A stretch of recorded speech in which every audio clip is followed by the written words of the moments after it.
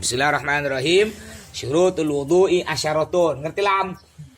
Syarat wudu ada berapa? 10. Yang pertama al-Islam, Islam. Jadi syarat wudu yang pertama harus orang Islam. Jadi andaikan orang non muslim, dia wudu, dia sholat, ndak sah wudunya, ndak sah sholatnya. Kenapa? Karena syaratnya kurang. Dia belum masuk Islam. Jadi syaratnya harus Islam. Ya kayak dulu di sini, ya ada orang non muslim. Dia ini berkorban kambing. Sekitar ada dulu kambing tuh banyak orang korban, sekitar 30 ekor orang yang berkorban. Cuma punya dia ini non muslim paling besar, paling sehat, paling cantik. Ya, giginya lengkap. Ya, putih ya, karena dia biasa gosok gigi kambing tuh. Pakai close up. Besar kambing dia diantar ke Abi. Untuk apa nih Pak? Saya nak korban bi, kata dia. Karena saya malu bi, masa ada orang Islam tak terlalu kaya dia mampu korban. Saya kaya, saya punya supermarket, saya punya toko besar, masa saya tak mampu, makanya saya korban bi. Dan saya tahu korban itu syaratnya harus kambing yang sehat, yang besar, yang gemuk. Makanya saya korban kambing yang sehat, yang gemuk. Ya, kata Abi betul itu syaratnya, cuma ada kurang satu syarat. Korban apa? Harus beragama Islam. Jadi kalau belum beragama Islam, korbannya tidak sah, oleh Allah dibalas. Jadi andaikan ada orang non muslim, dia bersedekah, berkorban, beri masjid, beri anak yatim, oleh Allah dibalas. Dibalas dengan apa? Dibalas nanti di dunia, dibalas dengan apa? Dengan tambah kaya, diberi kesehatan, oleh Allah dibalas. Cuma di akhirat tak dapat. Sedangkan kita orang Islam, kalau kita bersedekah baik, dermawan, oleh Allah dibalas di dunia, dibalas juga di akhirat. Ya makanya jangan masing-masing.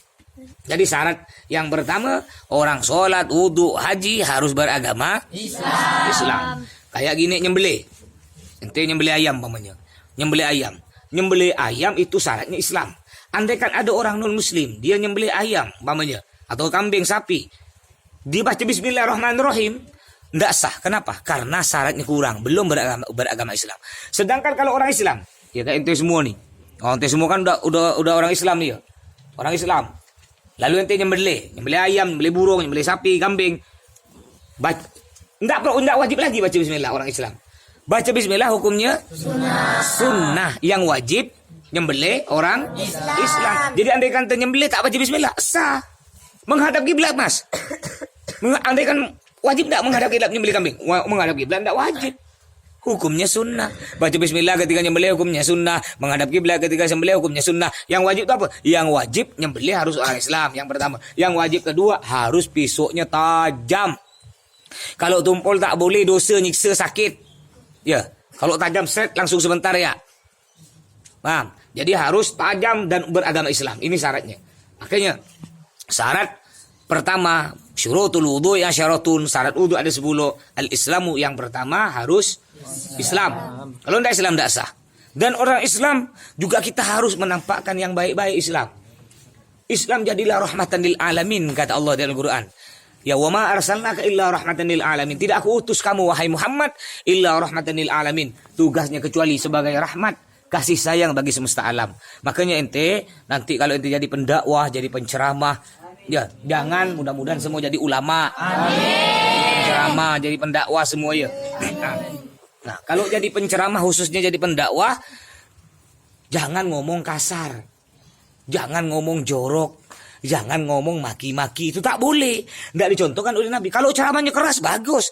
Nabi Muhammad kalau ceramah, tidak ada Nabi Muhammad ceramah lembek-lembek. Tidak pernah. Tidak pernah Nabi Muhammad ceramah, ayolah budak-budak, kerjakanlah solat. Kalau tidak solat, tidak masuk neraka. Tak pernah. Nabi Muhammad kalau ceramah apa? Marrad wajhu washtadda ghadabu. Nabi Muhammad kalau ceramah marrad wajhu, wajahnya merah. Washtadda ghadabu, sangat marah, berkobar-kobar, berapi-api Nabi Muhammad kalau ceramah.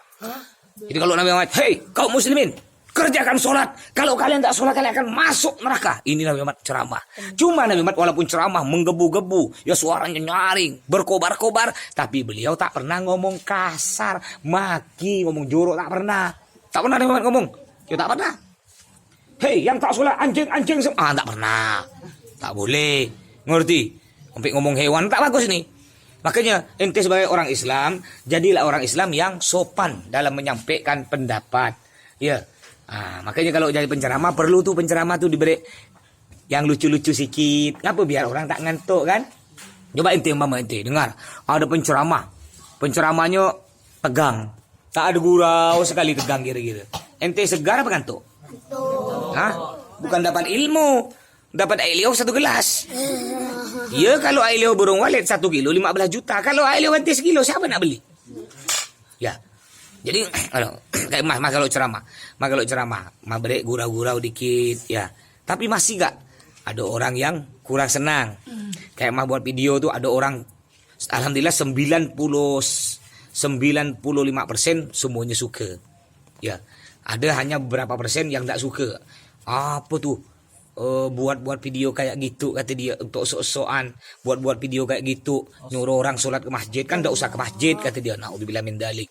Mah buat video gitu ngapa? Biar ngajak orang, biar orang tak takut berlebih kepada si corona tuh. Sampai mekap di rumah ujung-ujung ente pun mati ngapa? Mati lama amat mekap. Ya mati lapar. Buat video gitu ngapa? Ngajak orang lebih takut kepada Allah. Ya lebih beriman kepada Allah lagi. Bukan cuma takut pada virus corona. Tapi alhamdulillah ya kemarin mas kedatangan tamu. Gara-gara mas buat video nih kan ada tamu. Mereka nih rapat. Ketika rapat sepakat bahwa besok masjid akan ditutup. Nggak ada sholat berjamaah, nggak ada sholat Jumat karena berbahaya virus corona.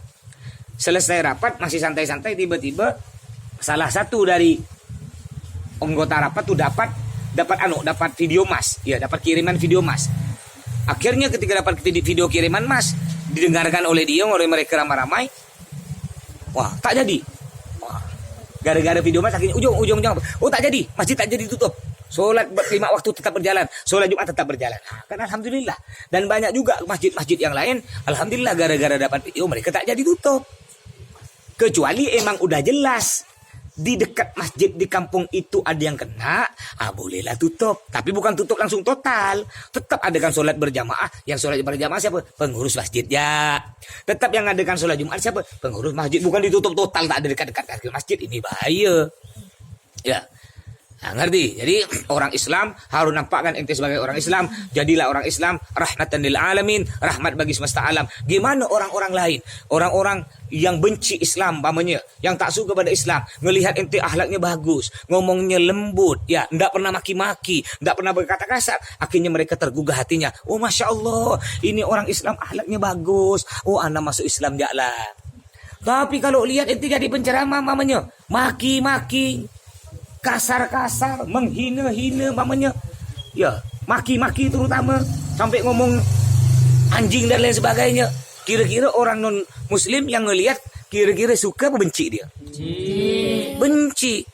Ya, makanya kita ngomong secara lembut, itu yang diajarkan oleh Nabi. Silakan menggebu-gebu dalam ceramah, berkoar-koar dalam ceramah, semangat dalam ceramah, nyaring dalam ceramah, tapi ingat jangan berkata kasar, jangan ngomong jorok, jangan memaki-maki. Ngerti? Ya. Terus juga syarat wudu yang pertama Islam, syarat wudu yang kedua wat tamyizu, syarat wudu yang kedua tamyiz. Apa itu tamyiz? Tamyiz itu adalah orang yang bisa membedakan baik buruk, siang malam, merah putih kuning hijau, duit 1.000 2.000, baik bagus, panas dingin. Coba kayak Sayyid Najib nih Sayyid Bagir Assegaf. Nih Sayyid Bagir Assegaf tamyiz apa tak ada? Bisa enggak dibedakan? Coba sekarang siang apa malam? Siang. Ini tamyiz apa tak ada nih? Mas tanya, sekarang pagi atau sore? Pagi. Ya, Mas tanya lagi, Hanafi, tamyiz apa tak ada nih? Hanafi. Itu baju ente merah apa putih? Hitam. Wah, berarti tamyiz dia. Ini tamyiz. Tamyiz itu bisa bedakan warna baik buruk. Ya. Tapi kalau nafa, tamyiz tidak nafa tuh. Ya. Najwa, tamyiz tidak najwa? Belum. Tamyiz itu umur sekitar 6 sampai 7 tahun. Nafa tamyiz dah? Masih belum najwa gitu. Najwa belum. Ya belum tahu duit. Warna ya masih bingung dia. Coba kayak najwa, kayak nafa. Naik di atas nanti puji-puji. Ayo loncat neng, yuk loncat bagus nanti cantik. Nanti pergi mall loncat tak kira-kira dia? Loncat betul. Pakai kayak nafa. Karena belum tamyiz. Jadi artinya bagaimana? Kalau orang belum tamyiz, wudu tidak sah wudunya. Iya. Tidak sah. Kayak nafa wudu. Iya. ndak sah wudunya. Artinya kalau budak tamyiz walaupun dia wudu ndak sah, ndak boleh disuruh ngambil Quran. Mama ente punya adik nih, adik umur 3 tahun kan belum tamyiz kan? Nah, dia wudu, lalu ada Quran di bawah. Dia ambilkan Quran, udah wudu. Adiknya umur 5 tahun lah, 5 tahun kan besar kan? Ya, dia ambilkan Quran dek, wudu lo. Adiknya wudu lah, adiknya nih, ambil. Nggak boleh dosa, yang dosa ente. Kenapa? Karena wudunya nggak sah, ngambil Qurannya nggak boleh. Kenapa? Karena belum tamyiz, bukan balik. Belum. Begitu pula ente kalau nyontoh perempuan yang bukan mahram ente, dia belum tamyiz ini, ndak batal wudu. Ya ente nyentuh nafa ndak batal wudu, nyentuh najwa ndak batal wudu. Tapi kalau perempuan ndak tamyiz, batal wudu ente. Jadi nyentuh perempuan yang bukan mahram bukan nunggu balik, tapi batal wudu ketika balik apa ketika tamyiz? Tamyiz. Ya, kalau ente nyentuh rahadian, batal lah wudu ente. Rahadian, tak kenal. Kaila, kakak dia, adik dia nih. Batal tak wudunya? Batal tak wudu ente kalau nyentuh Kaila? Kaila umur berapa? 8, batal tak? Batal. Ya. Kalau nyentuh Nafa, batal tak? Nah, Nafa baru 2 tahun. Nyentuh Najwa baru 5 tahun setengah. Batal tak? Tak. Karena belum tamyiz. Banyak orang salah. Ada orang kira, nyentuh dia tak batal karena dia belum balik. Tak ada. Bukan nunggu balik. Yang batal tu yang dihitung apa? Tamyiz. Ada orang salah. Yo, coba ente. Mungkin ente dulu pemikiran ente apa? Sebelum ente mondok apa? Nunggu balik kan? Ini nyentuh dia tak apa-apa kan belum balik. Salah ya, hati-hati ya.